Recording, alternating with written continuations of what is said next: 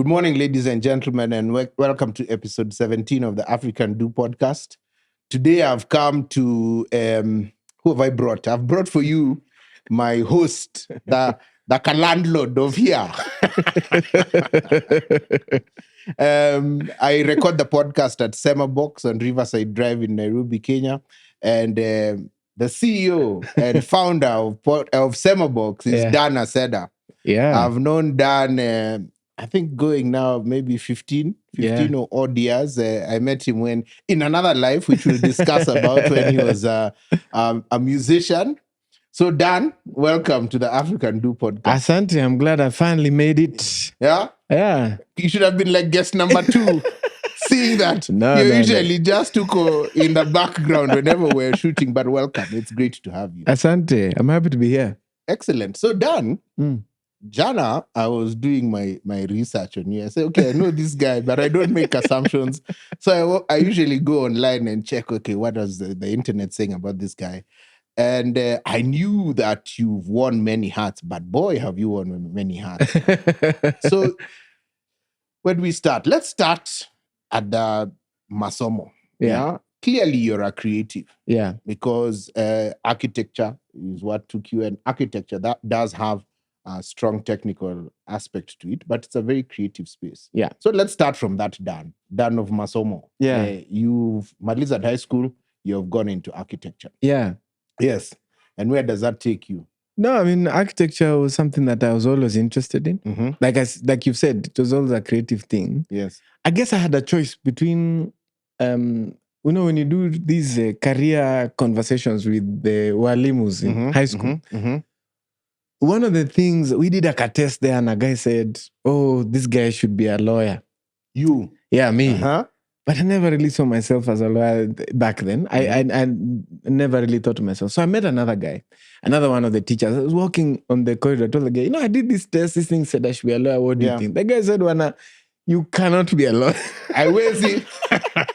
He said, you are going to be so impatient with that whole process of law. I see what they mean, but you would never be. I think you should consider what else is on your thing. So then we went through. And he said, architects said that's more realistic. It will also annoy you, but to a lesser extent. Yes. And there's more creativity. So I really think he captured. So I went and I changed and I went to architecture school. Yes.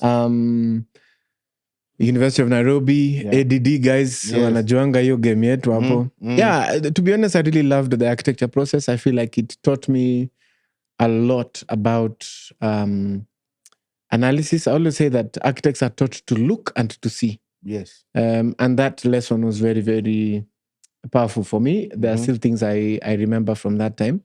I also picked up rigor. Yes. Yeah. Repetition and discipline and architecture school was very good for that. So I'm very happy that I went through it. So 6 years of architecture school. 6 years Do of you architecture practice school. After you graduate? I practiced after. I worked for several firms. And then I had a really bad boss. So my first boss was a good guy, but he had a small project, small thing. So it was only a short-term engagement. My second boss was also a good guy, but again, a small practice, and he had to fold and get a job because he didn't get many jobbers. Okay. And then now my third boss, who I actually practiced architecture for longest, was a really terrible guy. Like he really made me hate it. Really? Yeah, he really made me hate it. He made you hate the craft? Yeah, I hated the craft, yeah. Wow. So I no longer was interested in doing the work. So I stepped out and went fully. So I'd always done music as part of my life. So even through uni? Through uni. Yeah. Through high school also. So I was always there. But now when this came, I just knew I can't be an architect anymore. I have to change. Really? Yeah, and so have you interrogated that one more since then? maybe it was the guy. For sure it was the guy. Yeah. I think if I had a different boss, I'd probably still be really more active. Yeah. So now you have this talent clearly. Yeah. But even when you went into music, you didn't go down the beaten path. You know, you went. I remember you were the banger guy, you know? So how do you then, you've been singing through high school, through uni and so on. But now you have decided to make it a craft. Yeah. So how does that come about? What triggers it, or what makes you say, okay, this thing can give me some chums and I can make some money through? No, that one was easy because through high school I was already dabbling in music and trying things out. Guys had home studios. I used to go there. Yeah. And then I had a friend. So I had saved some money through small jobs that I was doing up and Apale. And I'd saved some money that I wanted to produce an album. Okay. So I made 2 tracks. One track was made by those days it was called Susan Gashuka Studio. Okay. Samawati Studios, yeah. So the producer there was a guy called Tim Rimbui. Yes. So I know Tim. Yeah. So through church, Julian Masharia actually. Julian Masharia connected me to Tim. Yes. And then Tim made 1 track. And then I made a second track with Waire. I ran into Waire on the road, by the way. Yes. Yeah. Technically, Waire is the one who discovers me because I ran into him on the road. Yes. Walikuwa natembea na watu Unnecessary Noise. The album has just come out. So I just walk across the road and I introduce myself. And Waire says, here's my number. Come to the studio. I end up losing the number. Anyway, I find Waire again. I go to the studio. We record what I think was the last ever song recorded at Blue Zebra because they were moving. Yes. So I recorded a song there called Narudi Nyumbani. And they were moving. So I think they were breaking down the studio to move. So Waire finishes the song and then they move. So then I have these 2 tracks there on a CD. Yes. And I'm sitting at a boys' night thing. Yes. That Gowi Odera was our pastor. So Gowi had put together 5 or 6 boys. We used to meet him every 2 weeks for Mawaidha. Okay. Yes. Yes. So I'm there and I brought this CD. And I'm showing the guys my music. In the morning, the CD is missing. Hello? Remember, this is the thing that has all your music, your 2 tracks. and all my money. Yeah? I don't have money to go back to the studio. Yes. So one of the boys, a guy called Ian Kanyi, we used to call him Jege. He had gotten a job and was working with Kanji Mbugwa. And Kanji had just come from Stato. Yes. And he was setting up KGG Records. So Ian took the CD and took it to Kanji. Okay. And said, Bana, sign this guy.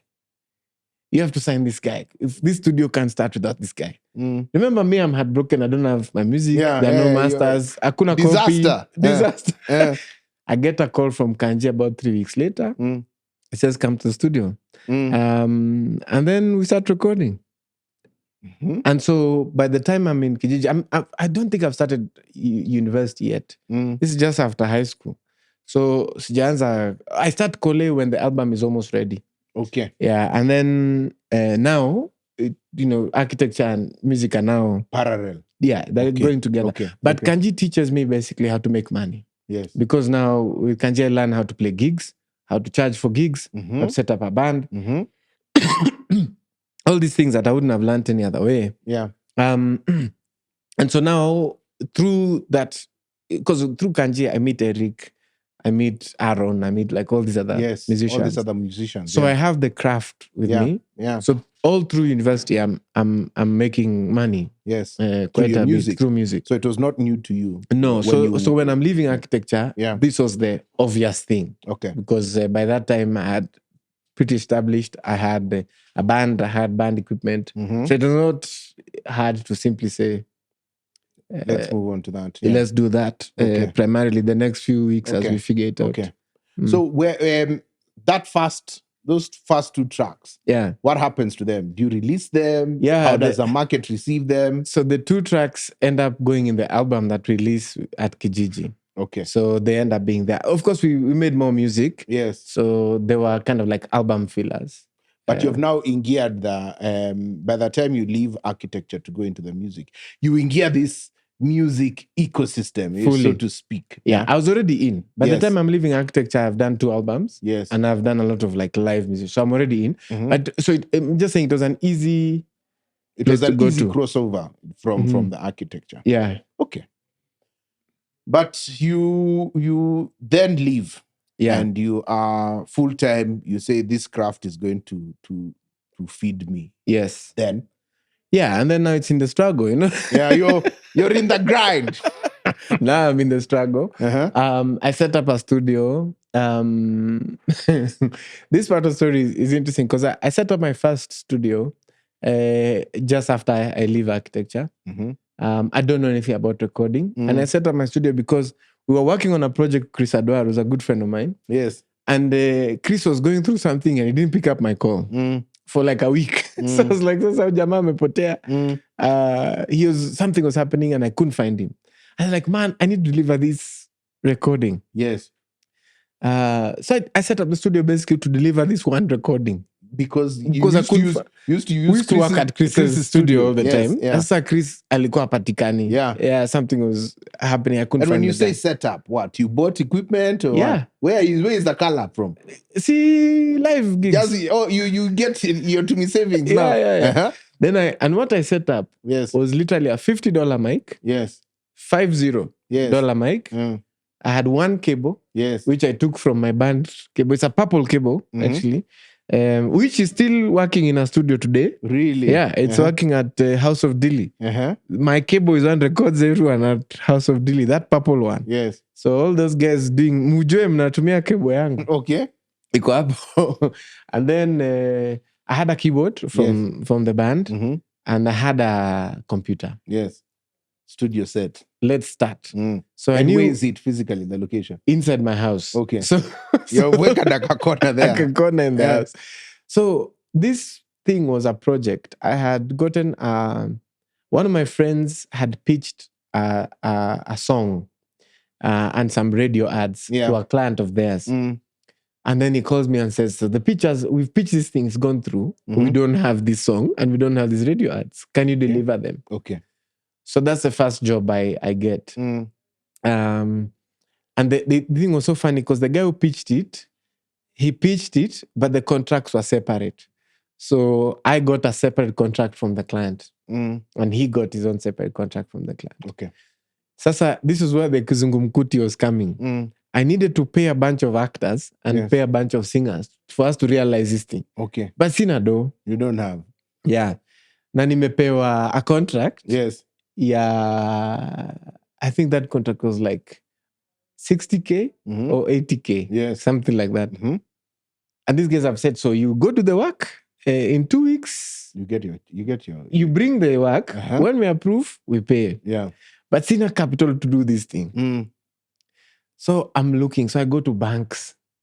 I go to all the banks are like nothing.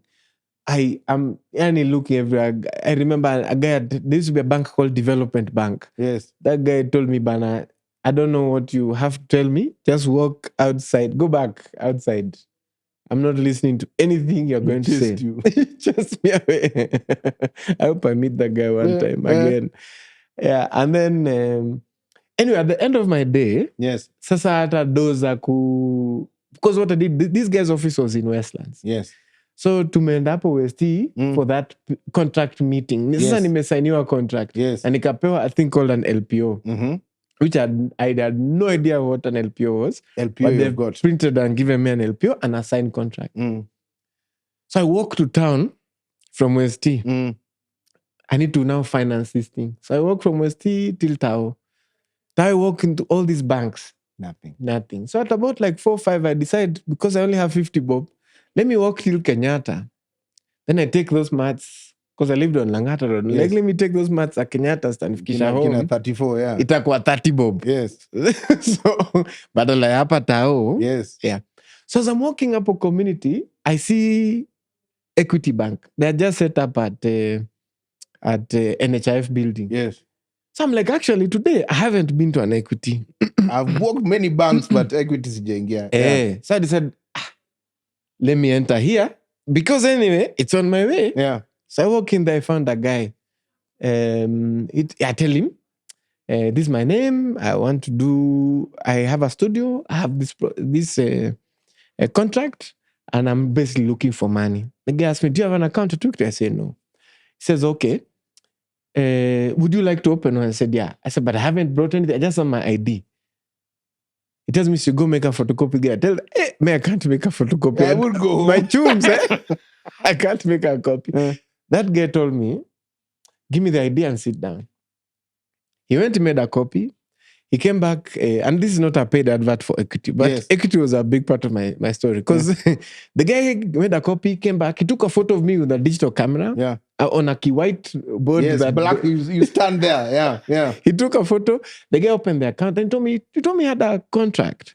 I said, yeah, an NLPO. He looked at it and told me, go upstairs and look for a guy called Charles, first floor. So I go upstairs, I find this guy Charles, and I give the guy that thing. Like, so these guys, do you have a number for these people that I can call now? Now it's like 4. He says, yeah, I know the guy. You can call the guy there. So he calls the guy. He says, do you guys know a guy called so-and-so? Yeah. Are you guys working with him? Yeah. Sawa, this LPO is from you guys? Yeah. When will you guys pay? Okay, it's too okay, sawa. The guy signs some things up. He sends me back downstairs. Go back to the cashier guy. Yeah. That guy gave me 40K. Apple. Yeah. I had been in Equity for less than 20 minutes. What? The guys took the thing and they said, based on what we are seeing here, there's 40K in your account. Verified? Yeah. There's 40K in your account. You can withdraw it if you want. Your ATM card, come tomorrow. We can't give you today, but you come tomorrow, you'll get an ATM card. So then the next day, they printed for me an ATM card and I had access to 40K. I did the production in 2 days. What? Paid you to me, actors, everybody, everything was done. Those radio ads, you need to do 18, I don't remember how many. I mixed everything. Everything was ready. In my studio, I didn't have monitor speakers. I was using a wedge. A monitor wedge live. I mixed everything up. And then I went to Steve Aminda's studio for reference. Because now I'm in a studio. I begged him to listen to reference. I delivered the work. They paid the balance. Now I'm a studio. Into your account. Into the account that now I didn't have 2 days before. So that's how that started. And now after I did that project, I got another project of the same kind. But now doing commercial music. Yes. Yeah. And so then suddenly now it's a studio. Commercial music being what? Music for ads. For ads, yeah. Music for like corporate communications. And what's your studio's name? What did you call your studio? Those days I used to call the studio the African Bonfire. Those days, yeah. So now you're a what do we call you? A music producer? Now I'm a producer. Yeah. With a studio. Yeah. But we just have, the studio has a $50 microphone, one cable. But you've done gigs. But you've got LPO and you've been paid. You're inside. Yeah? You're inside, my guy. Now, but there, actually. So I'm pitching. I'm going to pitches. I'm actually pitching now against Kanji. Yes. There's a pitch I went. Yeah, guy. Yeah. I arrived at the pitch. Kanji was there. Yeah. I was there. RK was there. Yeah. Yeah. Now I'm pitching against my guys. teachers. Yes. Okay. And so to my answer, that pitch I think Kanji won. Where are we year-wise? This is now just after college. It's like 2012. 2011, 2012. Wow. So now you've become a producer. Now I'm a producer, man. I start working with Amelina. I work with Steve Nyabwa. Yes. Yeah, I start recording artists. Okay. So you let's move this along and we come now here to. I was reading about how you stumbled on podcasting. Yeah. Maybe you can walk us through that story. So a guy comes to ask you if he can record a thing called a podcast. And I have no idea what he's talking about. So I set up another studio. Okay. Now I'm more established, right? Yes, you have a name. Yeah. You have done some gigs. So now I set up a studio called Taman. Yes. And it's at the Go Down. And a friend of mine comes and he says he wants to do audio recording. He says we're just gonna talk. So now I have 2 mics. So we put 2 mics in the live room and the guy just talks. Then at the end I ask him, so what do I do with this audio? He says, just put it together. So I mix these 2 files. I said, can I put music? No. He doesn't want music. He doesn't want music. Can I say, no, you give me the audio? You give him. I give the guy. So we keep doing that for years, actually. Do you charge him or? No, I'm not really charging him because I don't know what the guy is doing. Yeah, I don't understand. This is a music studio. We usually record 12, 16 channels. There's a guy coming here to record one channel, 2. So I don't even feel like I should charge him. But every once in a while, he gives me 5 sock, a K, 2K, whatever. Yeah. And we're just moving. Yeah. And then the studio closes because the Godan is redeveloping. So they tell us all to move out. I move all the gear to my house. Yes. But we keep working with this guy. Okay. He still comes. Still comes to my house. He's got this one channel thing. COVID comes. Yeah. But now I'm hearing about podcasting. And I attend an event. Adele is launching a podcast. So I attend that event. Adele is there with her podcast. We watch. Then I'm like, okay, I'm beginning to get it. Because Adele, of course, she brings a little more razzmatazz. Yeah, and then also a little more process that I'm used to. Yes. So she's coming from radio. So she has a little more process that I can see. Yes. So I'm beginning to also, this is what that guy is doing. Has been doing. So now it's making sense. A year goes by, COVID comes. Baraza has just opened. COVID happens. I'm in a meeting here with Chris, Amani, Josephine, and Melissa of Africa Podfest. Yes. We're talking about podcasting and how so many people want to start podcasts. I say, I know about that. I've produced a few. But we're here with Lee. Lee's produced Amani's podcast for years. So Lee tell me how he does it. I'm listening. Okay. I'm like, so this thing is a thing. That girl's not mad. That's a girl who used to come to my studio. Yeah. And by the way, it's all love. I won't mention the guy's name. But yeah. Anyway, we talk about it. We say we'll do something for podcasters. And then because I told Chris about my story about this random guy who comes here to record audio, then he goes away. Yeah. And Chris and I have been friends for so long. So even in the studio... This is Chris who? Chris Mungai. Okay. The curator of Baraza. Yes. So even in the studio at the Goda, she used to pass by on her way to work with beat stories. I tell her, Bana, this guy wants to record. And I don't know what he's doing. And we would, just talk about it. So she's there, she remembers those stories. She says, Bana, see, we're recording a guy. I say, I was. And I'm still recording him. And anyway, then he's also coming to my house with many people. And me, I'm struggling with this number of guys. So Baraza says we'll do something. We don't do anything for a few months. Then I'm in a meeting again here. I come to Baraza randomly on a day. I just had cabin fever. I come here. I meet Morris Otieno of Baraza. Morris says, you guys had a conversation about podcasters. Yeah. What were you guys going to do? We said, no, we spoke. We said we should do something. But Morris says, what can we do? I say, the best thing, maybe we set up a studio so that these guys have a place to record at least. Yeah. And you can edit. It's really not a big production effort. Morris says, we do it tomorrow. I say, oh, yeah, actually, that guy, I'm supposed to record him tomorrow. So yeah, instead of my house, you can come here. Let him come here. So we set up here. There's a single boardroom here. We set up a boardroom. There's a green suitcase here that used to carry the mics. Yeah. I bring the mics and we set up. And you record. And we record that guy that day. Then Morris goes and does an interview with a reporter on Medium. Yeah. About how we've set up a podcast studio. That one. That guy experiment now is being hyped up. Days later, yeah, this place is full. The whole place here, full of guys like this. They have come. They've come to record podcasts. Remember, we have curfew at 7 p.m. We're in pandemic that time. Pandemic. Yeah. Uhuru's curfew 7 p.m. Yeah. You can't be more than 15 people in a room. This place is full. Yeah. They've come to record podcasts. Yeah. We start saying now, who do we record first? We don't know who came first because I came at 10. I found people. I don't know who came first. You don't know how to charge? We don't know how to charge. So first we just record people. Then after a week, we're like, this is crazy. The numbers are too high. Let's add a cost. We say it's 2,000 bob. When you come on Monday, yeah. There's more people than last than the first time. Because now it's legit. Guys are like, you see, when it was free, we didn't know. Bana is 2K. We know. If I pay my 2K, I'll get my recording. Guys come. Our next problem is, shucks. As a guy who came here, the guy who complained, he said, I came at 9. Me, I'm still sitting. I haven't recorded, it's 2. Other guys were coming at 11, I've recorded, they've gone. I'm like, I just didn't know you. If I knew you, I'd have recorded you. But now we say, let's make a calendar. A system, yeah. So that you can book a time. Yeah.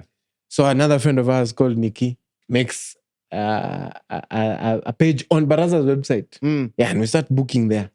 And go to the website, book your slot. Now we say, you go to the website, book there. Then us guys will go according to the bookings. Yeah. Yeah. Boom, we're in. Now we are recording podcasts. Now I'm recording here 9 until 4. Then I'm in traffic till the house because curfew is 7. Yes. I reach 7, I edit everything For guys. the whole night so that tomorrow I come back. So I'm editing till 4 a.m. and I come back in the morning. And that's the business. Just like that. Just like that. Morris is receiving 2K. in the Baraza account. Baraza, I don't think Baraza had an account. I also SemaBOX has no account. But we've painted the wall green and we put this logo there. But we don't have a bank account. We don't have registration, nothing. So you're like sending money to someone's phone. We're just suffering through it. Then now we get a big contract, which is where now we get jolted. Yeah. Remember, we've been doing 2K. Yeah. A big NGO comes here and tells us, as we have a project for 6 episodes, we'll pay you guys 70K. 6 podcast episodes. We'll pay 70K. That's what's in our budget. Yeah. We're going to pay you guys 70K. So first we start thinking, where will we bank this money? Because we have no bank account. So we really struggle with that project. We did it very poorly, but they trusted us. Yes. The thing goes out. We stay another 2 months. NCBA come here. They tell us they're making a project. They reject us. They say our space is too small. The boardroom is too small. The bank needs a bigger We need image. to see to Koyani. Like your table is too small. Bankers. Yeah, you guys are bure. Yeah. So we feel hurt. They go to Rene. 2 weeks later, Dorothy Oko of Google calls me. Says, I've seen on the internet, you guys have a studio. Say, yeah, we have a studio. We are trying to record 80 pieces of audio content in conjunction with the National Museums of Kenya. Yeah. And we are getting all these quotes. And the quotes are too high. Do you think we can do this at 400K? I tell Dorothy, give me 1 second to consult. Then I almost collapse. I can't believe it. I'm like, what? So I'm like, maybe I'm not understanding this lady's job. So I call her back. What do you really need? She explains. And the truth is she needs more work. So we are closing the studio for 2.5 weeks to accommodate the Google job. Yes. So we tell all these creators, calendar image for the next 2.5 weeks. They come here, Google team with John Sibiokumu and Sitawa Namwale. Yes. They're now reading these scripts and some guys from the museum. Yes. Every day, 9 to 3, editing at night. 9 to 3, editing at night. For 2 weeks, we deliver these things at a pro level because I'm getting calls from UK. Bring this thing at this. It's Google, so you have to bring it at the top audio level. This 400K is Kenya shillings or is USD? Yeah, it's Kenya shillings. Okay. That's our biggest contract ever. Yes. Then we do for them some writing, we do some extra work. The contract grows a little bit to like 700, 800 because of scope creep. They needed extra things. Yes. But it's like 2.5 weeks of our lives. Working every day, 8 hours, editing at night, delivering to the guys because animation was being made based on Somewhere the audio. else, based on the in audio. Singapore. Oh, We're doing the audio in Kenya. We're delivering at night. The guy in UK is sending the audio to a guy in Singapore. They're making animation that side. Sijui Kenyan animators have chorad characters. Those characters are still going where? It's a complex project. The government is involved because it's a you're with Gava even, man. Man, but I'm dying because I'm editing. I'm the one running the studio in the morning. I'm editing at night. So I'm really dying. So at the end of the project, it's close to December. That thing launches. It's a big success. Google says, how do we pay you guys? We remember, Bana, we don't have a bank account. We don't have a way to collect this money. So Maurice, I don't know what Maurice did. He finds a way. The money is collected somehow. Maurice just calls me, says, Google paid, we have the cash. What do we do with it? I said, Bana, those NCBA guys, we have to make a bigger studio. Those guys told us our studio is tiny. What can we do? Somebody says, by the way, you're right. Yeah. Let's remove that partition. That thing of ours, a cupboard room. We had a short cupboard room this side. Yeah. Let's go at the partition. So we go. Yeah. It costs us. We go at the partition, we remove the ceiling. There's we are ceiling here to Katoa. Yeah. we did this. All this glass was replaced. We put soundproof glass. You're bowling now. 600K to the contractor. Boom. Now, these guys can't tell us we are small again. Come back. Can you see me now? So we start the year, brand new studio. Everything is, let's now push. Now Maurice tells me, you have to go register a company now. Yeah, you Stop now. jokes. Me, I can't deal with you. I can't explain to the team internally what these tunes is. Tunes are just coming through my account. I don't know these things. Go register. So now we register.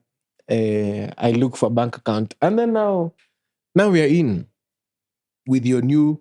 We have a new studio now. And now Baraza has become de facto your landlord. Correct. Yes. Now we have to do a deal for Baraza. What are you going to formalize? Formalize now. So we start to do that thing.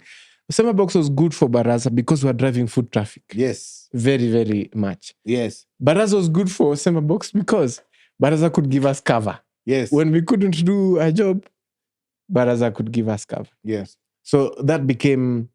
like a symbiotic relationship. Very, very good. So we sat down, we did the arrangement, said, okay, so this is why it's good. Let's now push on. But now it's more formal. And so then from there, it was just now, what can we do together? How can we keep pushing? So now that we understand the background, now you've become you're the podcaster. Yeah. There are others who are coming, but you're the pioneer in this podcasting space in a local, and you serve me, a lot of other people. Yeah. And you're kind of defining this space. But let's take a step back, yeah? Yeah. And whether you have, not by choice, you are a player in the creative economy. Yeah. Yeah? And you have had a good, let's say 20 odd years, maybe plus or minus, playing in this creative economy. Yeah. So before it was a buzzword, you were here. Yeah, playing, jamming, Nini, learning from Kanji and the rest, the pioneers in the space. So it would be interesting to take your take on it. Yeah.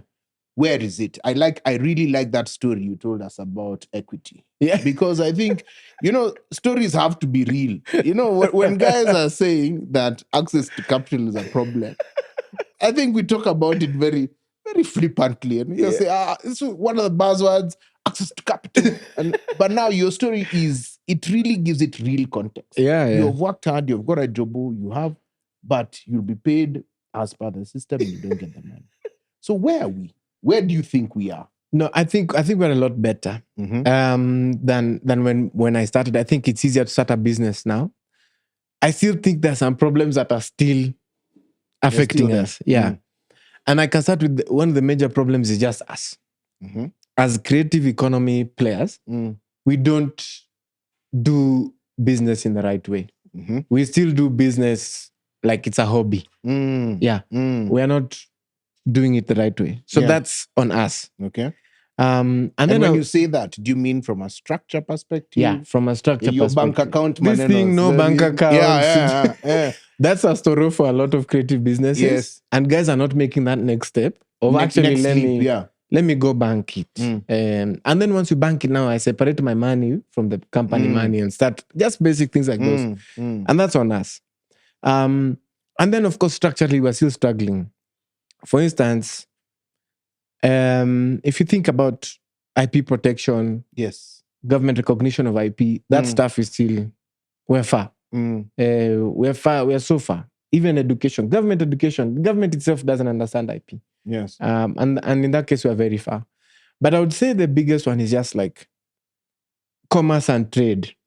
Yeah, the structure is still not.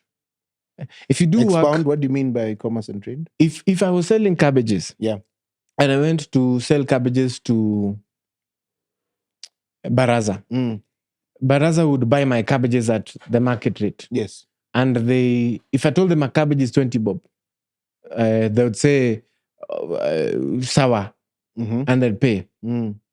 Because they can check the cabbage price elsewhere or whatever. Kabisa. Yeah. The way Baraza treated SemaBOX, they treated us as a business. And they were like, here's a business that we could partner with to do something or try something with. That's the thing I mean. That's commerce and that's trade. Yes. That you do a deal with someone and you trust that they deliver something and you're willing to pay them. Yes. And you do it because you have mutual benefit. Correct. Both of you. Yeah. trade with NGOs, trade with other commercial entities in Kenya isn't like that. They come to the table thinking we are kind of grandmother, grandchild thing. But they're bullies. Yeah, they're They're bullying us. bullies. Today we're having a conversation. Say what they are. Yeah. They are bullies. Yeah, today I'm having a conversation with a client about us charging them $80 a month for administration fee. $80. 12K. They're arguing it's too much. What do you mean? A whole month of admin. Yeah, we need to like buy airtime. Just you need to buy airtime. You need to SD cards, whatever. Yes. But it's because they don't see our work as work, and we haven't done the necessary social work to teach them that our work is work. And so we still have these long. If you work with an NGO, out. Yeah, they tell you, oh, you are going to report this way. So you leave out your normal work. And then you report the way they want to report. They don't tell that to the cabbages guy. They don't tell that guy to the that cabbages guy, they just do the deal. Yeah. They don't tell their lawyers. So is it you have to report this way? Do you think it's a lack of, yes, it's a lack of recognition, but do you think it's a lack of value for your intellect? Yes. And that we have not, and part of that is on us. Okay. We haven't held the line. You haven't educated. Correct. And hold the line. Say, no. I'm actually a professional. So I'm going to work in this way. I totally understand that you have your own template. Yeah. This is how I'm going to work. I'm happy to work with you this way. Yeah. If it's not able for us to work this way, I'm not the right partner. But let's flesh that out a bit. Because when I say that the corporate world, are bullies, I think it's because they can. Yes. And that they can starts first from access to capital. We'll still come back. To access to capital. You can HEPA, you chenga it like this, you go like this, it's waiting for you down there. And there it comes. Yeah. Because the reality is most creatives, and I dare say many entrepreneurs and business places, are bullied because of desperation. Correct. The gig, Cash flow. I'm waiting for the gig. I can't wait. I know that from there, I'm chucking some chums for my wife is waiting for salaries. Yeah. So you say, I can't wait. Yeah. And this guy knows that you can't wait. Yes. But he has something on you. Why? He's holding the purse strings. Yes. So when he tells you, report like this, and it's not how you report. Yeah. You know, it's extra work, but you're like, I just need to get the end of this because thing. Yeah. I don't have. So that evolution of the ecosystem is still a work in progress. Very important point. Yeah. And we haven't built facilities or options outside of that system. Okay. Like there's nobody lending to the creative industry. In the same way, I listened to the EABL CEO talking last year. She was talking about the Finance Bill 2023 that had brought for them excise duty to be paid in advance for manufacture of beer. Yes. And she was saying, the challenge is, I make a beer in September. You want me to pay the excise duty in September. But I may not sell this beer till... Deck. Yeah. Or maybe even best case scenario, I sell it the next month. But you're asking me to fund that excise duty in advance. Yes. So now I'm going to borrow from the bank to pay you, then I go sell. Yeah. Now you see, the bank is always ready to give EABL that money to pay KRA excise. But to me, this mic, the price of this mic in Kenya is double. Nobody is funding me to pay KRA the double is because of KRA. Yes. Nobody is funding me to pay KRA the top. Pay the duties or the taxes on the mic. On the mic. Yeah. And so I can't find that. I have to somehow figure out the total amount to have this mic here. And there's no facility for me to go and say, give me an OD. I want to buy this mic. I think I'll record podcast. I'll pay you in as we go. They are not, no. Is it stifling? It's stifling for sure. And there isn't, that's what I'm saying, we haven't built the financial system that looks at us as a What would building it look like, in your opinion, as someone who consumes? I think one of us has to make enough money to lend to us like a Shylock, chini ya waba. I think that's how it has to start. Somebody has to have enough money to just give you build a business case. Yeah, just start Shylocking for guys who go creative and slowly build like a system until the day you can go collect the But data. we need a guy to go. We need somewhere to be able to go and get a meter quickly for creative business. There's no. You don't think there's a business case there? Not a Shylock. You know Shylock, Maze. But Shylock, now we're being fixed by these Shylocks in. I call them the formal Shylocks, man. The tech guys, man. Those guys are bad. They are cooling you some crazy chums. Yeah. But they're the ones willing to take the risk on us. You see? Fair enough. Barclays, who Absa, these guys, they're not willing to take the risk. Yeah. They're not willing to go say, Sava, you need a meter. You're shooting a movie. Okay. So what happened to that equity system? That one which gave you 40 Gs. Sijui, they changed it. I was in a panel. Now they became formal. I was in a panel Tuesday and I met a person from equity. I told them the story. Do you guys still have that thing? No, we don't. You see? It's not there anymore. But there was a time you could walk to equity and you could get funds. They were not going to fund you.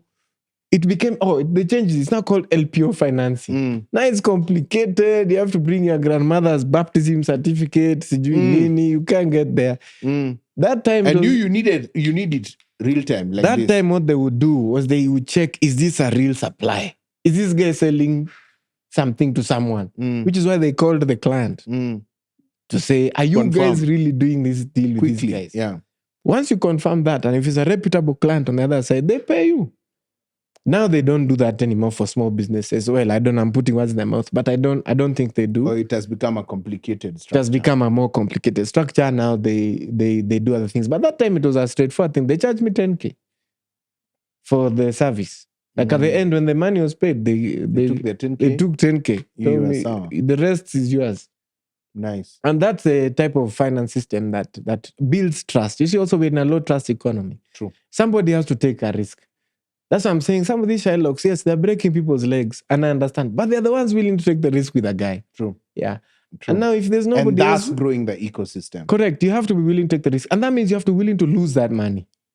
You have to be willing to lose it because you're not taking the risk. The same way Baraza. But the guys are thugging money. Yeah. so why don't they want entrepreneurs to lose that? To quote Navalayo Osembo, who said, if you're comfortable losing that money to fraud and corruption, then you give it to young guys. Find an ecosystem. Might as well be willing to fund it. And let them try. One of them might become the guy who cracks it. Yeah. And you have to be willing to say, we've given $1 million out. 9 guys have disappeared. But this one guy is going to become something. Actually is moving. And Bana, this one guy, we now have 3 million. So we're writing off that 900 Gs. We're trying again. Who has an idea? We'll give you 100K, you try something.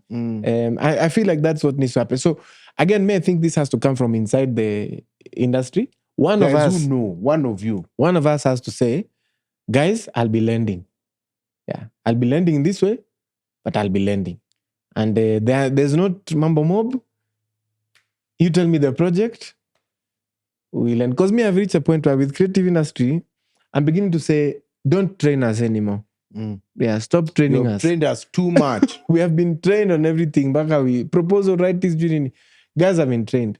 I feel at the moment now, or the training can continue for guys who still don't have the training. But what needs to grow? The funding. Money. We need to start finding a person. I don't know. At this point, I'm like... And it's across the board, yeah? So it's you guys, it's the guys who are producing content, it's the guys who are doing movies, the guys who are doing... Everyone needs this service. Correct. A guy who comes and says to Crazy Kena, I've seen the skits you're making, let's do a gig. I'll put up the 5 meter for the gig. You just make posts and make skits. Ready. Tukutane huko. We try and sell tickets. Yeah. Someone who takes that jump tells him, do the thing you're doing. And it's going to have to be a guy. And I like what you're saying about it being a fellow creative, because it's going to have to be a guy who is immersed enough in the ecosystem Correct. to understand how it works. Correct. You know, it can't be me. No. I get there and then I have no clue. I start asking at you, what's this map called? You know, yeah. And that's the thing. Like yesterday, we were discussing the new chair of the Kenya Film Commission. Yes. And I'm sorry to discuss him, and he's not here. Yeah. But he's a lawyer advocate for 20 years. I know. He doesn't know. You guy, you've brought me back to that topic. You know, that topic disturbs me. There's no hope. So the guy doesn't know. Yeah. So we are relying on this guy to lobby for us. How will he lobby? He doesn't know. So we now have to teach him. Fast. Yes. 2 years. His term is 3 years. Yeah. Then now we say, Sasa, now go lobby. This thing has to change, man. So it's not possible. And that's what I'm saying. And I have nothing personal against the great man. But I'm just like, you're not going to be effective. Unfortunately. We need a guy who is with us. But you know, maybe we should expand this conversation and start asking, because I like that it's starting to come up. Yeah. I was discussing it with I think in one of the podcast episodes with Black Rhino VR. Yes. Afande. Yeah. And I was saying to him, it's the same frustration I have in the tourism sector. Yeah. We start from zero with every new PS, every new CS, and then it's the same routine on who they appoint to the parastatals. Correct. You start by teaching. Yeah. And what I find to be a bit oxymoronic is the talent is there. Correct. Even if you want to put political connotations in it, you say, find me a guy who understands this film sector, is a supporter of this political party to appoint as chairman. Exactly. You'll find. Yeah. But we keep on fighting this talent. You know, the intellect that we have as a nation. It's not complementary. Yeah. So what happens? We slow down the progress. Exactly. And I like to use the example of which we are all reaping and benefiting from. Yeah. The one time we had a PS and a CS who were aligned. Yeah. And they knew the levers to pull in the sector. Yeah. It was Kinabitangendemo. Bas. We landed fiber optic. Things we didn't even know. You know, TO connectivity is expensive. We have satellite links. Boom. And we have Kidogo fibers have landed. Boom. Now, 15, 20 years later, all of us are smiling. You know, Yeah. Kenya has some of the best internet connectivity on the continent. And even in comparison to the world. A lot of guys come to Kenya and they say, oh, wow, your connectivity. And look at the industries that are performing. Yeah. Yet, what frustrates me is we can't see that if you are to replicate that thing again and again and again, to this, then the possibility of reaping the same fruits is there. Yeah. And that's the thing. And I feel like, because what you said is so powerful, because the opportunity cost is high. Yes. The opportunity cost is very high that as a producer, when I'm talking, now we're doing Finance Bill 2025, we have to go engage. Yeah. Sindio? Yes. We have to tell them, like I told you, a mic in Kenya, if you're a producer in Kenya, a mic in Kenya is double the price of a mic in the global market. Really? Double. Yeah, this mic is, I think, $500. Ukileta hapa, 1,000. It's 1,000. If you follow the system. Yeah, $1,000. We have to go lobby for that to be removed because we're not competitive. We need to compete with the guy in DC. Yes. We need to compete with the guy in London. That guy is getting gear at half the price. So I'm already outside the compare. Now, for me to lobby with that guy, I have to go teach this advocate guy. This is what I'm saying. This is what I'm trying to say. Then he'll tell me, give me short points that I can tell the president. So I'll write for him. When he reaches there, he's an advocate. The president asks me a secondary question, he can't answer. Because he doesn't know. He doesn't know. So even with best intentions, when he gets there. The opportunity cost is like now, the time, by the time I teach him, Finance Bill 2026. So because two things need to happen. No, there's, we sometimes, we maybe, yes, we call out the appointing authority, which I think is important. But we need to call out the people who are accepting that job. Yeah, shouldn't take the job. Why are you taking that job? when you've been given chairman and you don't know this job, why are you taking it?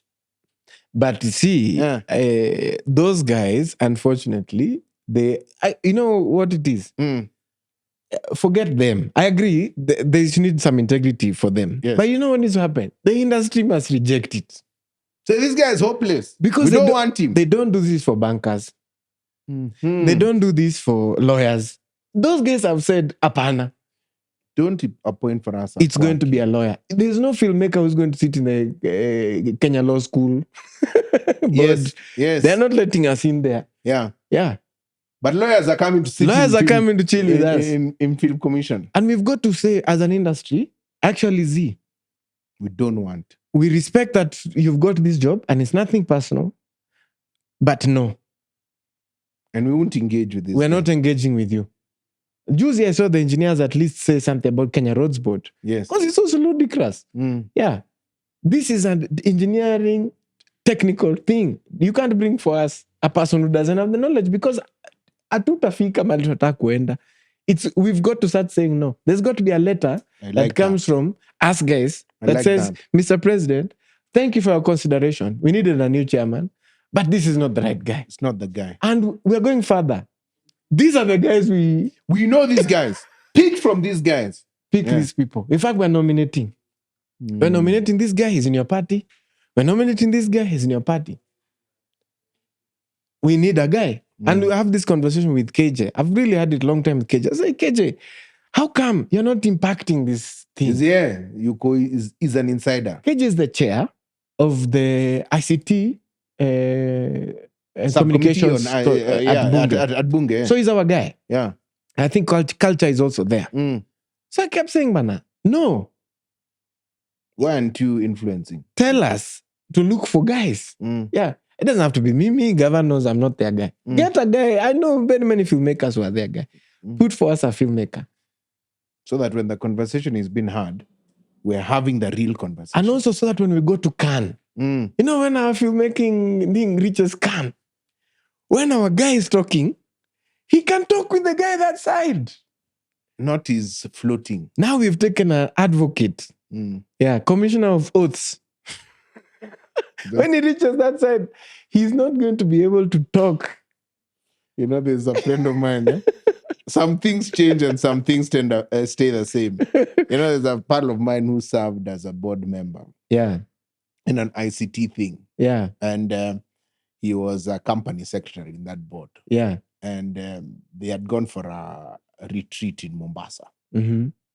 So the guy, he says that after lunch, he was walking on the beach and there was an older board member. Yeah. Who's also on the board of the same thing. And then that guy says to him, as they're walking on the beach, and then he says to him, hey, lakini asubuhi leo wameongea computer sana.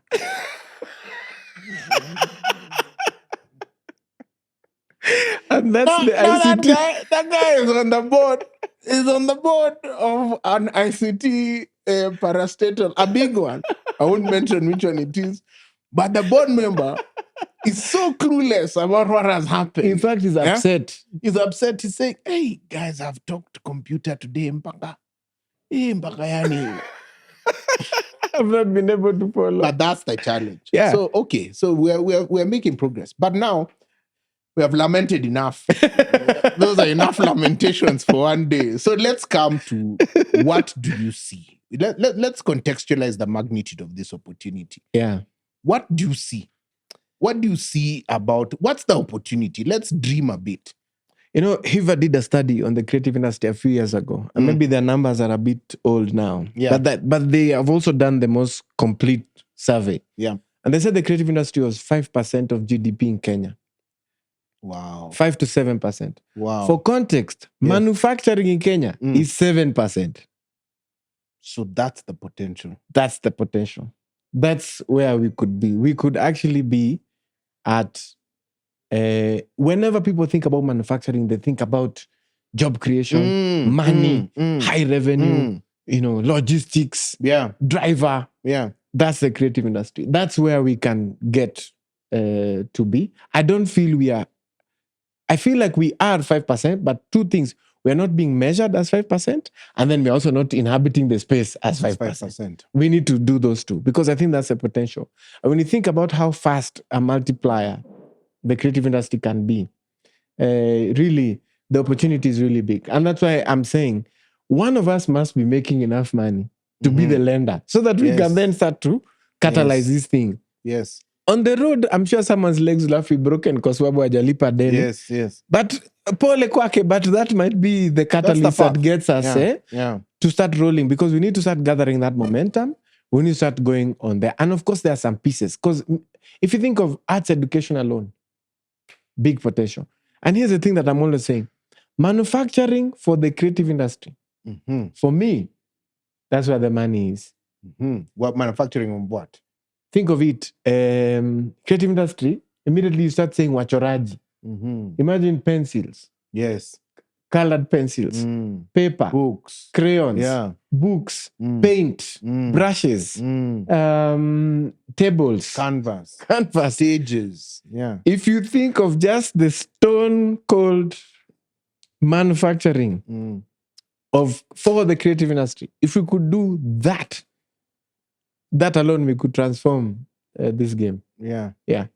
Like through the roof. Watch out the guy who has chorad it. Kina Michael Soy. Yes. Kina Chelwek, whoever. Iyo weka kando. Give Michael Soy paint. Be the guy who gives them paint. Yes. That's the magic. If you can do that. Yes. You're not importing paints. You start a whole pigment industry here, and all those things that are needed for making of pigments are gotten from here. Yes, alafu zinaenda huko, and then they bring them back as finished product. So if we're to think about how do we make a guy, and I'm not saying we start. To be honest, you have to just accept. Let's just do 10,000 liters of paint. Let's see how far that goes to the quality and standard that the guys want. 10K. Then we do 20. Then we do 30. That's the opportunity. And I feel we are always focused on the creator side of the economy. Yeah. Because the creators are more visible. They talk more. But for me, it's the line just under the creators. Yes. The logistics, the infrastructure guys. That's where we should be investing for the next long term. That's where we should invest. Wow. You know, one thing I'm enjoying about this podcasting journey is the learning. Yeah. Sector by sector. You know, the different people we have had on the podcast, and they just open up the thinking of what maybe a layman sitting who's not in your space, what they can get to learn about the space. Yeah. But I hope it triggers some serious conversations. Even me, I look for KJ. I start working on him. Because if you're inside, then help us, or at least speak louder so that you can be heard. Yeah.